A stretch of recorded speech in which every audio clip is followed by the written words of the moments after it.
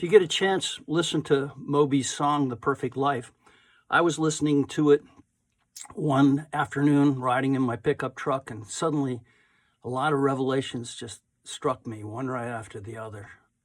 The first was, what's the perfect life look like? Is it all green lights and lots of money, and you get the girl of your dreams and marry her and live happily ever after? Or, more likely, do you have trials and tribulations throughout your life that you have to overcome? And you learn to appreciate the good stuff that you do have in your life at most times.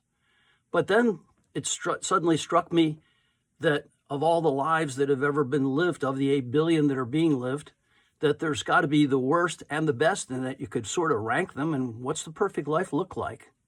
The baby that's born and dies a few seconds later, certainly that's one of the worst lives you could live. There's a lot of examples of tragedies in the world.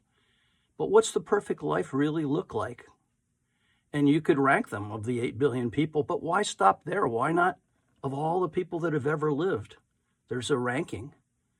And somebody lived the most perfect life. Perhaps you know that person. I don't know. But yeah, most certainly the person that did live the most perfect life doesn't know it. They're totally unaware. Why? Because they did have some problems.